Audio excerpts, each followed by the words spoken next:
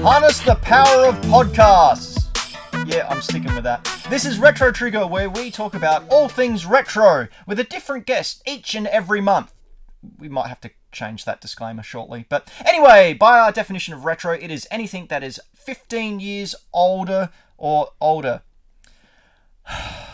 Anyway, we're talking about Dino Riders today, and who better to talk about Dino Riders than the man who I'm assured and have physical evidence has ridden dinosaurs himself, Mr. Trent Cucchiarelli? Cucchiarelli. Cucchiarelli. And the way I get people to remember that is it's like cooking a relative. So once you've got that, you're in. Oh, remember kids, cook your rellies, and then you too can have podcasts, just like Trent does. So, Trent, we've had one of your co-hosts from the Toy Power podcast, Ben Sachs, on the show previously talking about He-Man. We are currently sitting in your toy room. My God, this place is a thing of beauty. You know in Aladdin, where there's that Cave of Wonders? Yeah, think of that, but just toys everywhere. I've actually taken some pictures, and I'm going to put them up on the Retro Trigger Instagram. You need to check out Trent's collection. But Trent, tell us more about yourself. Who are you? What do you do? And what is all this splendor I'm sitting in? Yeah, so look, I'm a self-confessed toy collector, and the evidence is all around. I've been collecting since the late 90s, so big into action figures. Things I grew up with predominantly in the 80s, what inspires my collection. So you see a lot of Masters of the Universe, Ninja Turtles, Transformers, Batman and DC, that Ghostbusters, that sort of thing. But yeah, a big one and a huge thing towards the later 80s, 87 sort of ish, Dino Riders. One of the best toy lines imaginable. Such a great toy line. And yes, ride dinosaurs at any opportunity I get. Laser guns, all that sort of thing. But yeah, another big passion of mine is Lego. Yes. And so you were on the Lego Masters show. Correct. Yeah, it was enough. Funnily enough, it was, I guess, my love and passion for toy collecting was one of the drivers to go on Lego Masters. But two was the podcast we do, Toy Power Podcast, where we interviewed one of the season 1 contestants, Billsy. Right. Who was paired up with Kale, and you know, Kale was an amazing builder, but probably considered the villain of season 1 with the way he approached the show.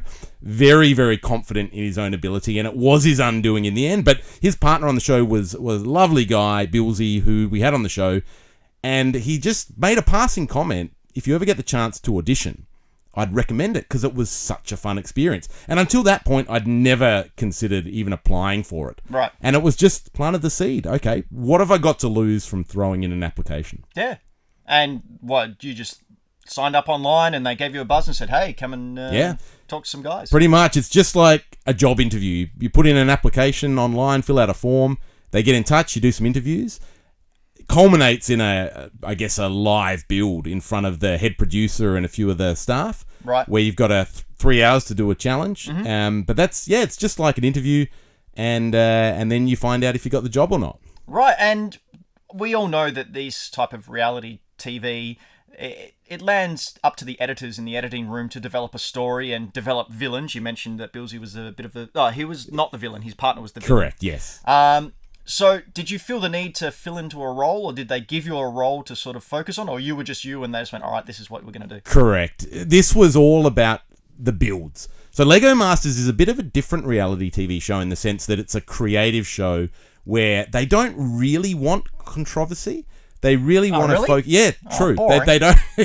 Exactly. Well, it caters to maybe a different market. So, if you want controversy, you can go to an inordinate amount of reality TV shows out there. Yep. But if you're in it for sort of more the inspirational side, more to see creative builds, more to see camaraderie between teams, and there's no backstabbing, there's no ill will, that was very much what Lego Masters was about. So, and that was one of the questions I had for Billsy in our interview was, how much of it was you?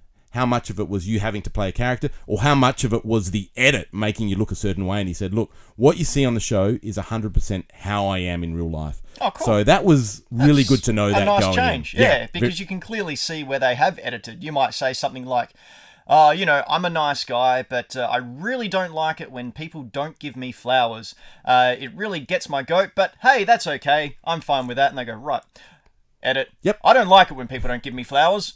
Dun dun dun. edit. Yeah, exactly. There's a lot the editors can do. I hate those flower reality shows.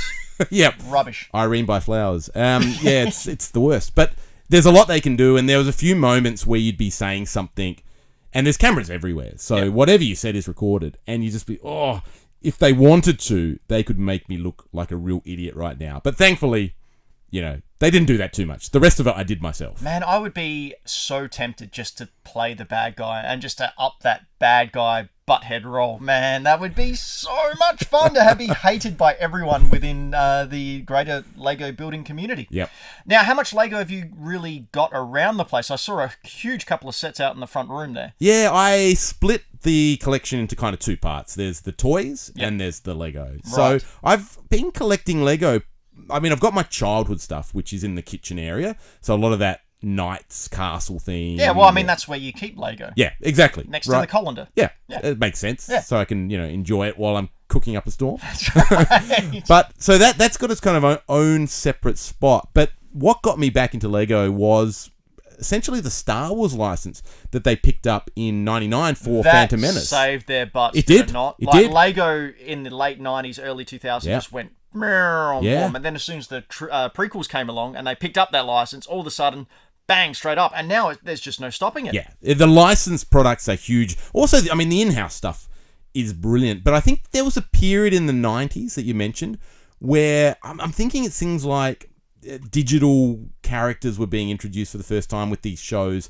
And there was like Max Power or Max Steel or something. And a lot of the sets were, the cockpit for the helicopter is a whole big piece.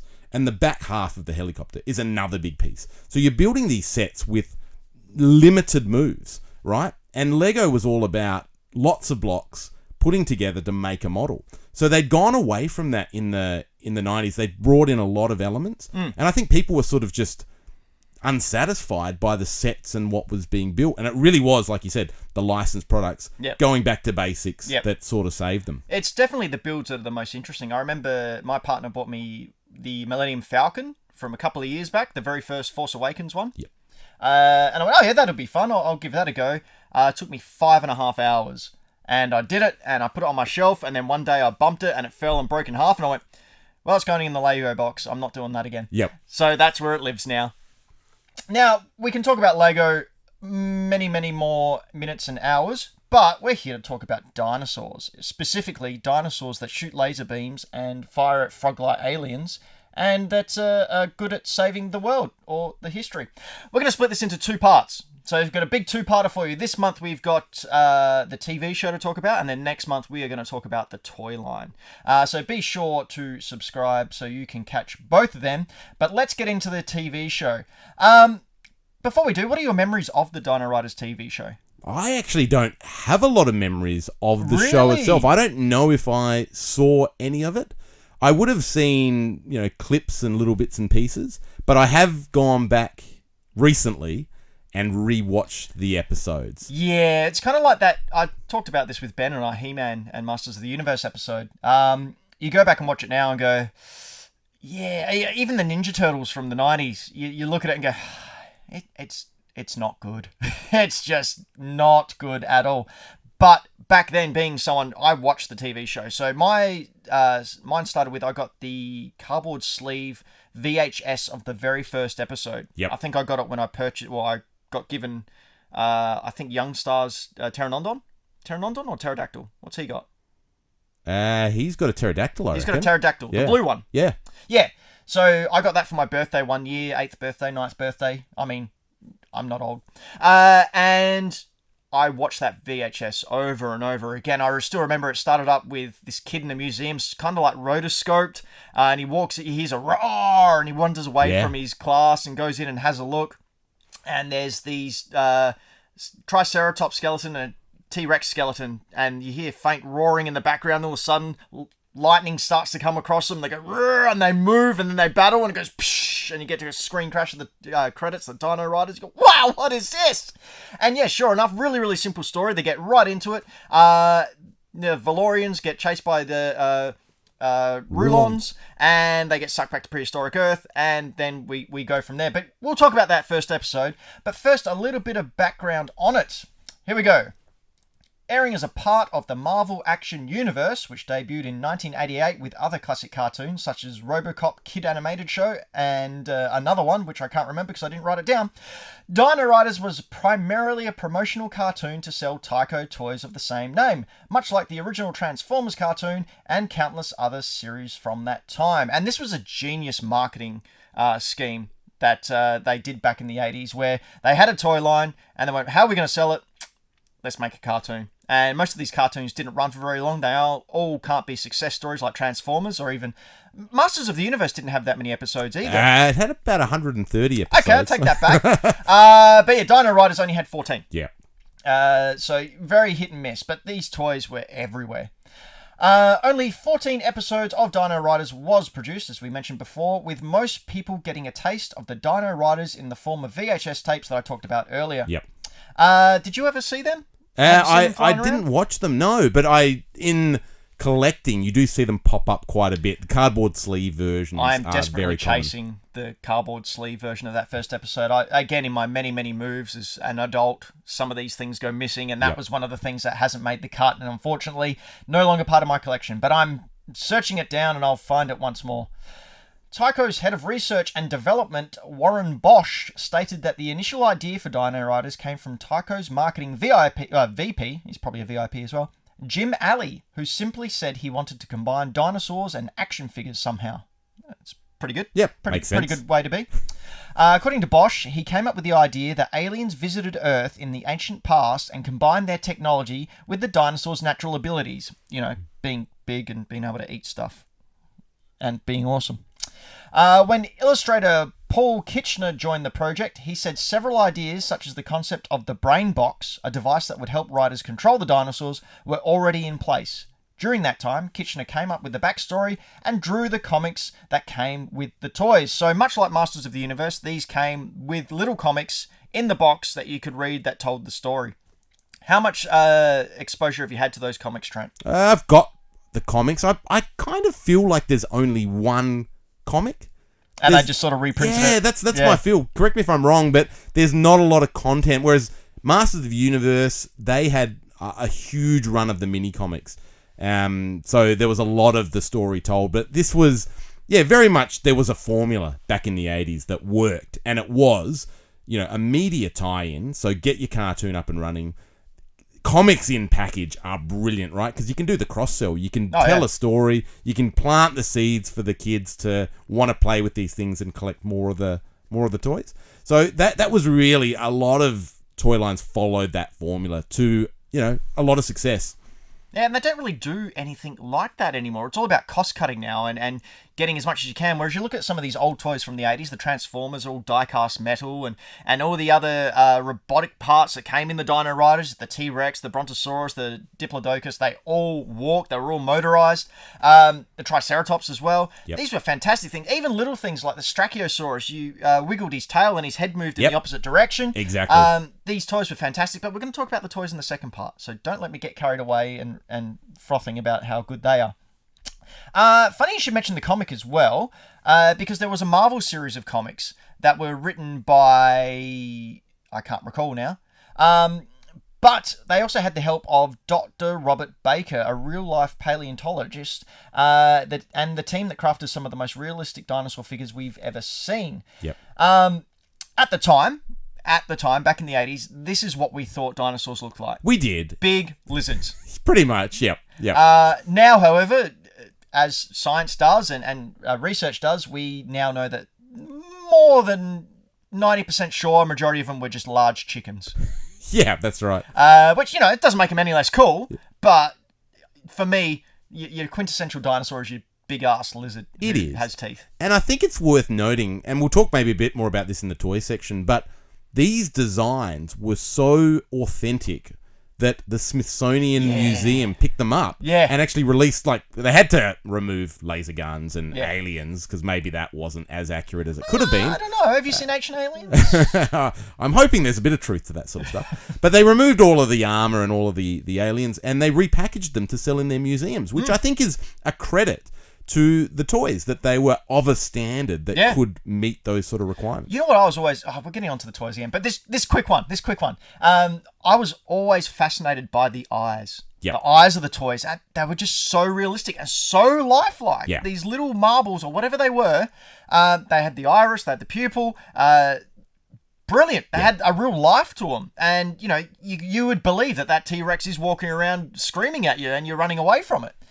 Oh, gosh. Now, we talked about how they developed the comics and the storyline for the TV show.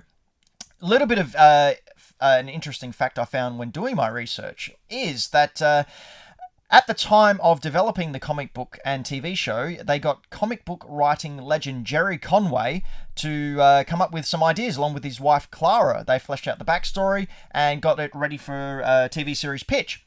Now, Jerry Conway sounded very, very familiar for me. And I said, where have I heard that man before?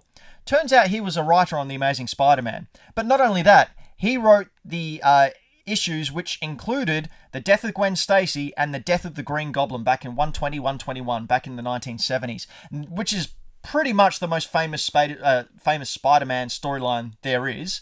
I think we all know Gwen falling off the bridge and Spidey rushing to save her and slinging his web down, and the web catches her ankle and the whiplash causes her to snap her neck. So the debate's always been whether Spidey killed Gwen Stacy or the Goblin did.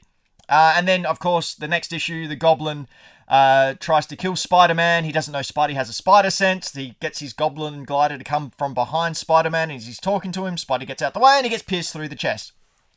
Amazing storyline. Green Goblin is one of my favourite characters ever, and Spider-Man, well, my daughter's called Parker, named after Spider-Man. So the fact that a man who's so instrumental in a series that I love was basically behind a TV show that I loved as a kid, it's just crazy how the world works sometimes.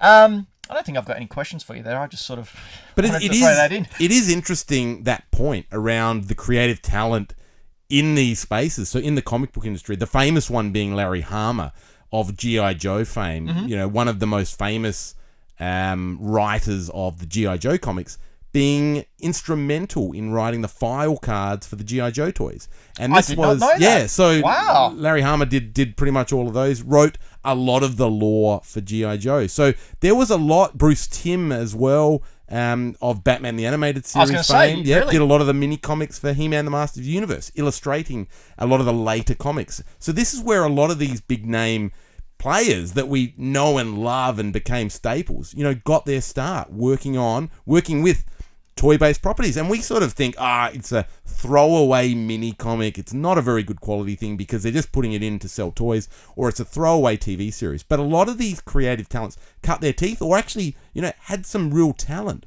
and were working within the confines of what they had to produce. So there's a lot of talent here where we tie them into working on toy-based properties. I think maybe that reflects the popularity of these subjects as well. Like the TV series, because it was, all right, it's dinosaurs shooting lasers at each other. That in itself sells itself. But the fact that we have these talents behind it, as you said, pushing it forward, as you said, cutting their teeth, or in Jerry Conway's case, he's already cut his teeth. They got an amazing Spider-Man writer to write all this backstory. I think that plays a lot into you get the people who know what they're doing, and you get the people who are clearly meant for big things to build the world, and it works. Like, you don't do the cost cutting, you don't go for who's cheapest or friend of a friend of a friend. You actually do the research, you get the right person for the right job, and look what happens. It becomes instrumental, and we're talking about it 30 odd years later. Yeah, and I don't think you could afford to cut costs in the 80s with the competition that was out there. So you look at Dino Riders, it came in 1987, it was released. Look what it's going up against. 84, Transformers comes out. 82, He-Man the Master of the Universe. Ninja Turtles a little bit later, but these are huge properties. You've got Superpowers in there for DC with their line in the mid-80s as well. So you can't rest on your laurels. You've got to bring in the heavy hitters. You've got to create things that are interesting for the audience. And Dino Riders, to me, from a toy-based concept, but also from a story-based concept, was groundbreaking. The quality of the toys. And I think when you go to the TV show, yes, okay, there's some aspects of there that make it hard to watch, like a lot of those shows of the 80s and 90s. But at its heart, it's got a really quite a cool story. I think, like there's some really good writing in there. Yeah. And the characters, there's some cool arcs in some of the stories. Some of the animation is a bit iffy, and some of the parts of it make it a bit hard to watch. But at its heart, like for a reboot, it's got all the pieces there to be a very, very cool reboot. Oh, absolutely. And speaking of that, I actually pitched a Dino Riders series to IDW back in the day. So many of you may not know this, but I don't do it much anymore. But I used to be a comic book writer.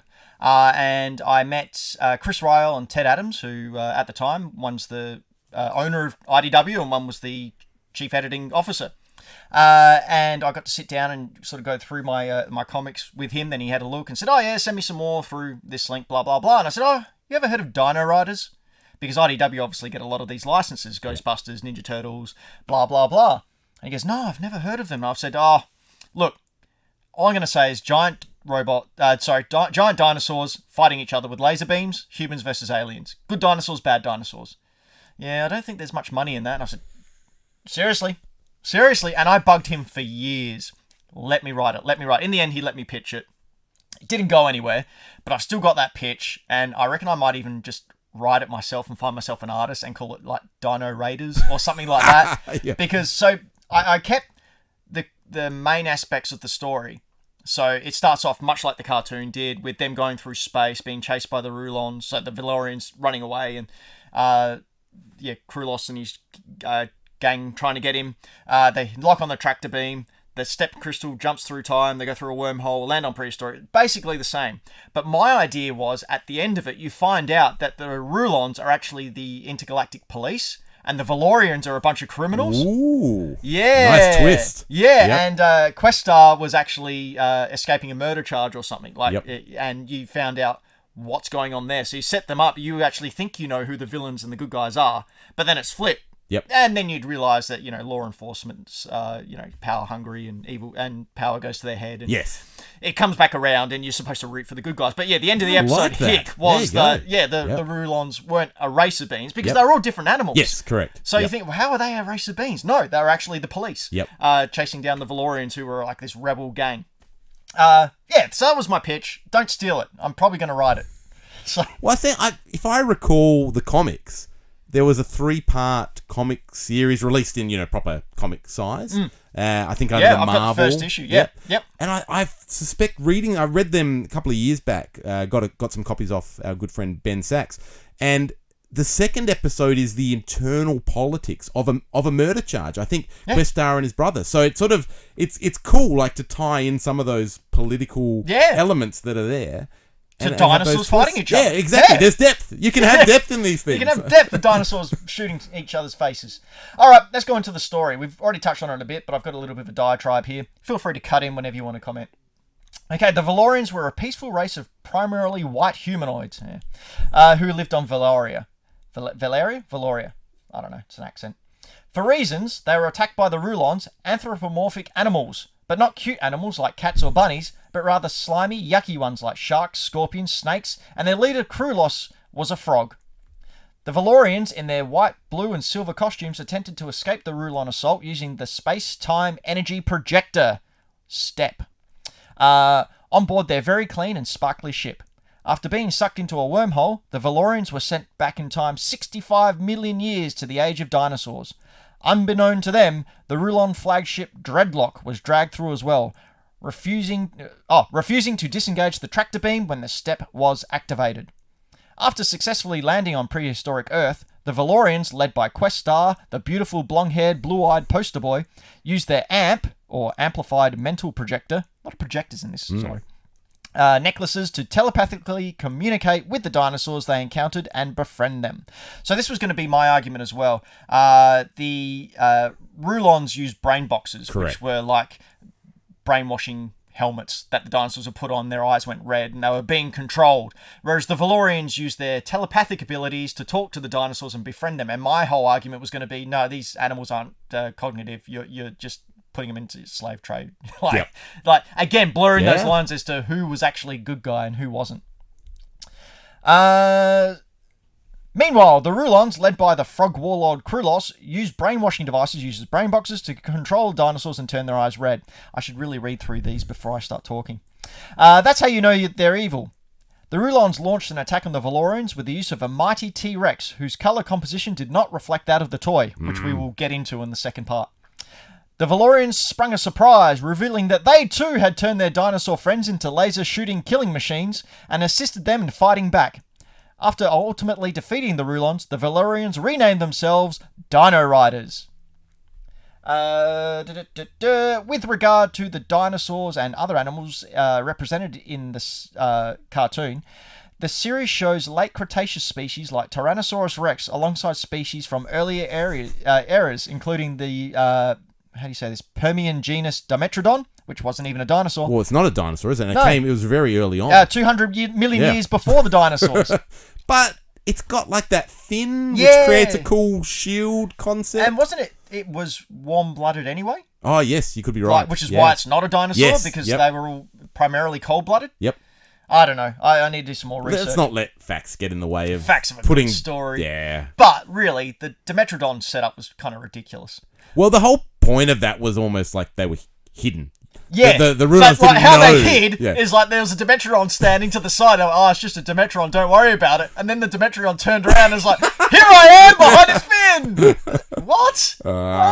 Like, you look at some of the designs and, they are pretty hokey. Yeah. But some are cool as hell. Like, the epic scene you have of the Brontosaurus with its pods on its side and the turrets on its neck. And then you've got the T-Rex, which is the coolest looking toy ever. Pretty much, yeah. It's got Krulos on there. Kind of not really good battle strategy to be on a stem on the T-Rex's head. Yeah. Like, you're not really safe, but again, Krulos was supposed to be arrogant, so I guess it makes sense. In the final 14th episode, some of the riders are sent back to the Ice Age, providing a new story to tell in a new location, and also selling a brand new series of toys, the fourth and final one. That episode synopsis is as follows. This is where it really jumps the shark. Yeah. After only 13 episodes, it jumps that shark. What's the big shark-type dinosaur called? Megalodon? Yeah, no, the Ichthyosaurus. Oh, yeah. Something like that. Never mind that ding. I just had an idea. The episode synopsis is as follows. Upon the step being repaired, the Dino Riders work to keep it from being claimed by the Rulons, when an accident sends the commando members Astra, Chameleon, Bomber, Phase, and Glide to the Ice Age, where it leads to them encountering its creatures and a tribe of Cro-Magnon men led by Zar. As the commandos work to repair the step and reunite with the Dino Riders, they must also help Zar's tribe in their fight against Grom's tribe. Now, you mentioned before you really didn't come into contact with the cartoon as much. Have you seen that 14th episode? No, I haven't.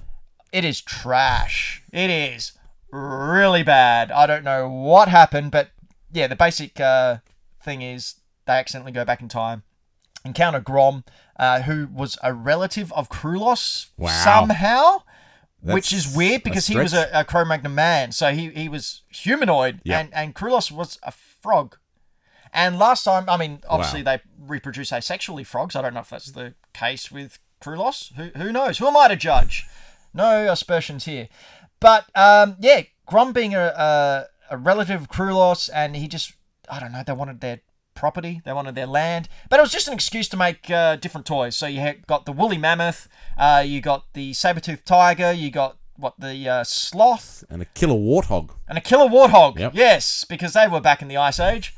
It really ended on a real downer. Real downer. It did, and it is a bit of a step backwards, isn't it? Once you've got dinosaurs, to go into Ice Age.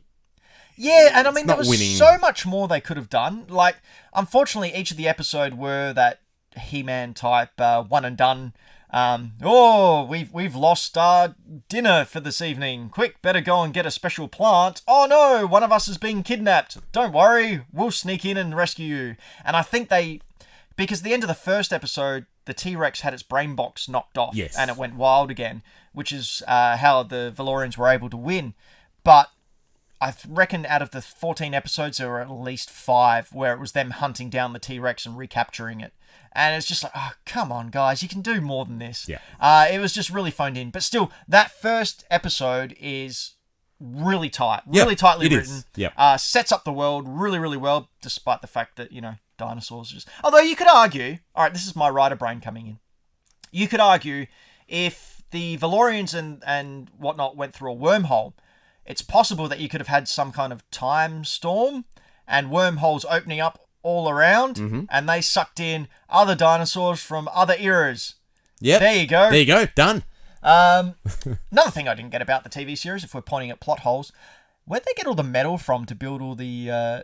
they showed to be fair, they showed the Rulons mining. Yes. And creating. So they must have had an inbuilt smithery on their ship. Perhaps.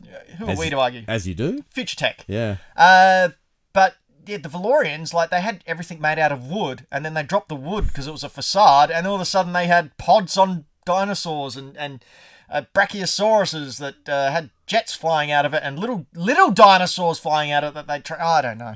I'm just being nitpicky. You know what they should do? They should just let me rewrite it. Yeah. They should. Yeah. You should pitch for it. So before we take a bit of a break and come back next month for the Toy Talk, what do you think about the cartoon as a whole? Like, comparing it to Masters of the Universe, or comparing it to G.I. Joe, or some of those other big blockbuster cartoons. Where do you think it lies? Look, I think... Let's rank them. Well, it's a really interesting thing, and there's so many different factors you can bring in. I think it's probably not, as a series, it doesn't hit the standard of maybe some of the other cartoons. I think when you do start to rank things, I think Transformers is relatively solid. He-Man has some very, cool elements. I think it might fall down a little bit on some of the animation. The animation, they still animated He-Man in the US at a time where a lot of them were being outsourced to Japan. They cheaped out of that, though. They did, and they used stock, and they had to.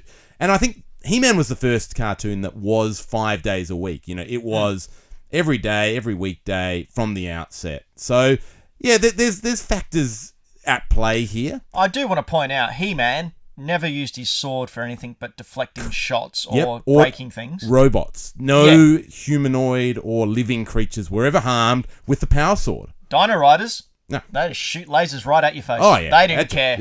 They were going for your face. Yeah, that's exactly. Yeah. That was, I'll burn your face off, you pretty boy Questar. Yeah. Look, so, my view of Dino Riders is, exercise caution when going back and watching beloved childhood properties, because you may be disappointed to some degree. Oh, yeah. But Ninja Turtles, for example. I remember going back and watching it, and Shredder was voiced by the former Uncle Phil. Yeah. Yeah, that's not a Japanese person. No. That is, I need to use the bathroom. Yeah, but you don't care as a child. Like, that sort of correctness, making sure the characters actually tie in and getting, kind of the right people to voice them. We didn't care, and it's a great voice. Yeah. Like, it might not be the right voice from a kind of accuracy point of view, but it's a cool voice. Yeah, I mean, he wasn't menacing. No. He wasn't scary, which I don't think it was supposed to be. I don't think it was. No, it is primarily marketed at kids, and they did very, very well, because, again, you and I were kids back then, and we still have, you have a lot more than anyone. Ninja Turtles, just taking up shelf space. Oh, man. The other thing I'd point out on the cartoon is the voices, like voice acting. You hear a voice and you're like, well, that sounds like Optimus Prime. Oh, it's Peter Cullen. Yes. Yeah. He played Gunner. Yeah, Gunner. Yeah. Gunner on the Strachiosaurus. We actually haven't gone through many of the characters. We should probably do that. I reckon Frank Welker might be in there, who voiced Megatron. There's, if you bring up the IMDb, you'll find a lot of, and that's the thing. I think voice actors in the day, they might be revered now. Peter Cullen can go around and do the circuit, and gets autographs as Optimus Prime. But for him, he was just rocking up at his day job. Just rock up at the studio and do a... Papa Smurf? I don't know. But I know he was definitely a voice, because I remember listening to it going, that's Papa Smurf's voice. What's... Mind's Eye? Yeah, you could be right. I reckon it might have been Mind's Eye. There you go. I'm going to look up the Dino Riders cast right now. And I just feel like, who was the guy that did Dr. Claw? I think maybe that was Frank Welker that did Dr. Claw, and that Krulos, I reckon he did Krulos as well. It's the same voice, right? Pretty much, right? The guy that did the Inspector Gadget villain, Dr. Claw, yep, is Krulos. It has to be. Okay, I don't remember recognize a lot of these voices, but I'll read people. I'll read them out to you, see if any of them make any sense. So Questar, the leader of the Valorians, was Dan Gilzevan. No, don't know. Gilvezan. Yep. Peter Cullen, of course, was Gunner. Charlie Adler, he was Turret. Frank Welker was Glide. Yep. Some ridiculous names. The characters, not the actual people. He clearly had a flying apparatus, didn't he? Or he flew a pteranodon or a... Oh, and what were their parents thinking when their kid came out? And although maybe it's like ancient Japan, where you're born with a name, and then when you come of age, you get to choose what your name is. Maybe, yeah. We should go back to that. Rob Paulson. Oh, Rob Paulson. He did Donatello. Oh, he was Funnily Phase. enough, he did Raphael in the original cartoon series. And in the 2012 Nickelodeon series, he did Donatello. That's right. And when they crossed over in that brilliant crossover cartoon, they were talking to each other going, what's wrong with your voice? It was like, what's wrong with your voice? Yep. That was great. Rob Paulson, there you go. Cam Clark, Leonardo. Yep, he did Arrow. And in fact, he did He-Man in the reboot, the Mike Young Productions 2002 cartoon. Oh, right. He played He-Man and Prince Adam. Oh, wow. And Leonardo as well. So, yeah, there you go. Jack Angel. Don't know. He was Grom. Townsend Coleman, Astra. Joe Colligan. He was Youngstar. Okay. Now, I've got to say Youngstar. He was the one that I liked the most because I was a kid at the time, and he was the cool teen. He was. He was the rebel, and he went Causing off on his trouble. own. Yeah, he Wouldn't listen to no one. Didn't listen to Questar, but even though his name was Youngstar, it's like, what are you trying to tell me that he's the next in line? Like, come on, guys. Gosh darn it. Ike Eisnerman, Cub, and Christopher Collins. Who voiced Krulos? Did you do that one? That's a good question. I'm just looking at the Wikipedia page now, and I feel like it's literally the same voice as Dr. Claw. it might be. Who voiced Dr. Claw? I can't think of the name. Characters, and then we go to Krulos, which is somewhere. Emperor Krulos, Frank Welker. Oh, there you go. Okay. There you go. Ross, Frank Welker. Antor was voiced by Peter Cullen. There you go. It looks like they just... Skate was voiced by Frank Welker. Yeah, they just had to do multiple roles, didn't they? Yeah. I wonder how much she got paid back then for being a voice actor. Yeah, not a lot. No? I suspect. Well, it's just why they had to take up all Maybe, those... yeah. Yeah. Anyway, that was the cartoon.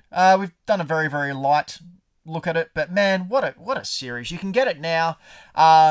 Much like the figures, anything Dino Riders has quadrupled in price in the past 2 years. Yep. Because, people our age have come into money and gone, hey, I'm dying slowly. Let's think back to a happier time when I wasn't caring so much about that. And yeah, the prices have jumped astronomically, much like the Dino Rider cartoon DVDs. Yep. I managed to pick one up somewhere in my travels. It's all the episodes on a DVD. But the DVD has got like the T-Rex and Krulos riding it on the front with this green border with love hearts all around it. Yep, I know the one. And Dino Riders is like in the Care Bears font. Yep. What? It's so bad. Like, what? But it's actually quite valuable. Yeah. Well, I looked on the old Demon eBay site and it's going for $100 or so. Yeah. Just because people are hungry for these things. It's like, well, you can just go on YouTube. People have uploaded them there. Yeah. It's not that hard to find. And you get that $100 DVD in the mail and pop it in and go, oh, I could have eaten food with that money. It is. I think I bought like a best of kind of DVD. Right, and so it's one episode? Yeah, well, it's more than that. I think it's about 5. But I tell you, it's just like it's been ripped off a VHS. Yeah. That's what it looks like. Yeah, I it's think... atrocious quality. Well, it makes me wonder, because we hear, especially in the game industry, just putting on my Hack the Dino hat for a bit, that quite often these things are sort of just forgotten about after they're released, especially the early ones. We saw it a lot with Doctor Who back in the 50s and 60s. The show episode would air and they go, oh yeah, whatever, and just record over the master tape, and then they're gone, lost forever. And it's only now that people go, oh, what about that? Classic stories, Final Fantasy VIII. The source code no longer exists anywhere because they lost it. Yep. And that game has never been re-released because they can't. Yep. They don't have the source code. So which is why preservation of this type of stuff is very, very important. And just looking at your toy collection here, is that kind of one of the reasons, we'll get into this a lot in the next episode, but as a sort of a teaser, is that one of the reasons why you collect? I mean, for me, collecting Nintendo stuff is part of video game preservation. I want to make sure that this stuff is here for other people to know that down the line, when they get a museum one day and I donate all my stuff to there, that people have the opportunity to experience where all this stuff came from. How much of that is involved with your collecting? It wasn't a consideration when I first started. Like I said, back in the late 90s, I just wanted to collect cool stuff that I liked. Go to the shelves, buy new Star Wars toys that Kenner were putting out, go into the secondhand stores and pick up all that stuff that I remembered. So it was the furthest thing from my mind as could be possible. But now, definitely that is a factor. I think very much about the preservation. Here's a line, here's what it looked like. Here it is, I collect a lot mint on card, mint in box. That's a big part to me of the era of capturing what that feeling was like to go into a toy store, to see those packages. And they were, the graphic designs of that era is so good. Yeah, it's like so good. It's a lost art, I think, to some degree. The graphics, the artwork on there, a lot of Dino Riders, when we look at the box art, it's an oil-based painting. It's an artist that is doing these things. I would do anything to have those prints. Yeah. Like to get, not even the original, just big prints of those battles. Majority of people have seen that amazing, huge span. I mean, I can't remember what box set it's on, but you know the one I'm talking about with the T-Rex in the middle, and you've got the Brontosaurus on the other side of it. Yep. It's not the Brachiosaurus set. It might be the Diplodocus one. Yep. But yeah, the art is just phenomenal. Yeah, it's phenomenal. It's first class. So to me, that's a big part of, you can go to a flea market and you can find a sort of battered old toy, but to really bring you back that quality of packaging and box art is, to me, a big part of it. So I'm very careful with the preservation side. Like as you can see in this room, it has no windows. There's no UV light here to fade any of the artwork on the boxes or damage. We're on a timer. We're actually sitting in the dark. Yeah. I'm not allowed to breathe. No. I'm breathing into a mask. Make sure. And we've got a cone over us, just sucking up the air. But yeah, and ultimately, I think, like I'm nearing 40. What do you do with this stuff as you get older? And my longer term goal would be to kind of, either open up a museum and have a museum, or eventually donate this stuff to a museum where people can come in and enjoy it and kind of relive the memories. It's something I've been playing with for about a year. Like, I would like a museum to sort of have, like, just a non-for-profit somewhere. Yep. Just someone to donate a warehouse and to set it up, and people can come and look, and there's a card there that you can read about these figures when they were released, and then you can go and see these boxed Nintendo games, and you can look at the Virtual Boy and go, what the hell is that? Yeah. And read it and maybe even use it. I think it needs to happen, and I'm sure there are plenty of people in Australia. And that's the thing as well, being in Australia, we got a lot of releases that the other parts of the world did not. A lot of this stuff that you find online, a majority of it comes from America or the UK. Yep. There's not a lot of Australian registry of all this type of toys and video games and that kind of stuff. So yeah, we should look into that. Yeah, I think it definitely.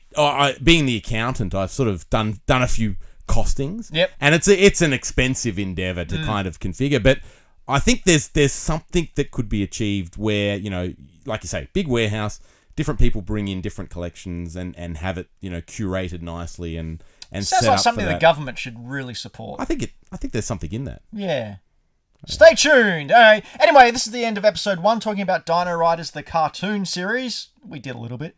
Episode 2, we'll be talking about Dino Riders, the toy line. That'll be coming up next month. But until then, Trent, where can they find out some stuff about you? Well, if you like chatting toys, we do a weekly podcast called Toy Power Podcast with Ben, Darren, and Frank. That's probably the best place to catch up. There's obviously all the socials, Facebook, etc. But yeah, we just can't stop me talking about toys. Just love it so much. So yeah, that's cool. Where you'll find me, hanging out either in various toy rooms across Adelaide or in the toy aisles of various toy shops.